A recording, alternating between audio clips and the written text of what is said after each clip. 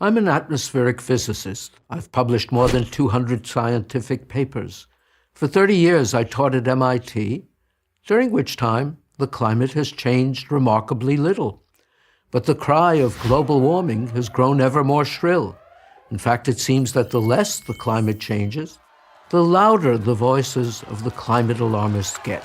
So let's clear the air and create a more accurate picture of where we really stand on the issue of global warming, or, as it is now called, climate change.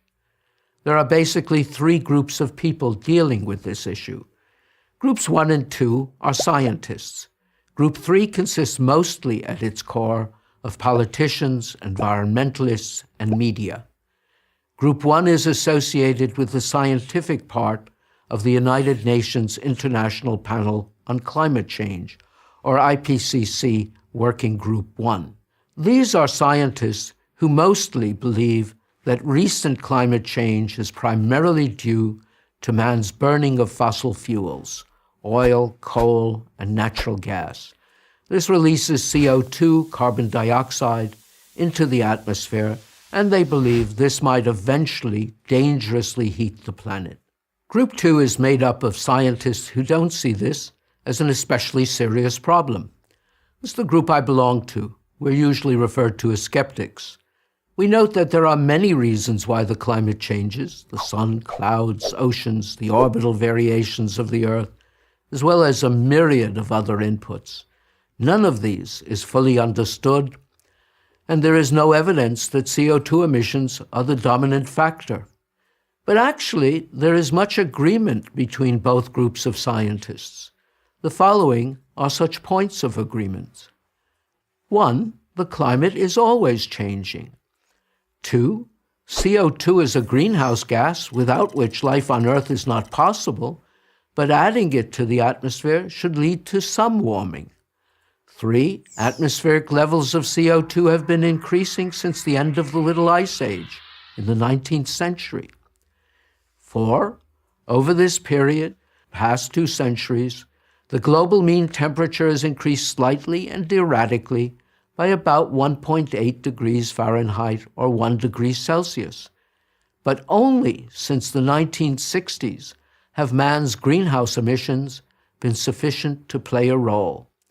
5. Given the complexity of climate, no confident prediction about future global mean temperature or its impact can be made.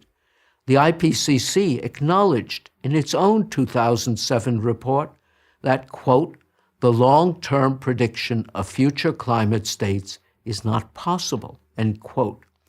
Most importantly, the scenario that the burning of fossil fuels leads to catastrophe isn't part of what either group asserts. So why are so many people worried, indeed panic-stricken, about this issue? Here's where Group 3 comes in: the politicians, environmentalists, and media. Global warming alarmism provides them, more than any other issue, with the things they most want. For politicians, it's money and power.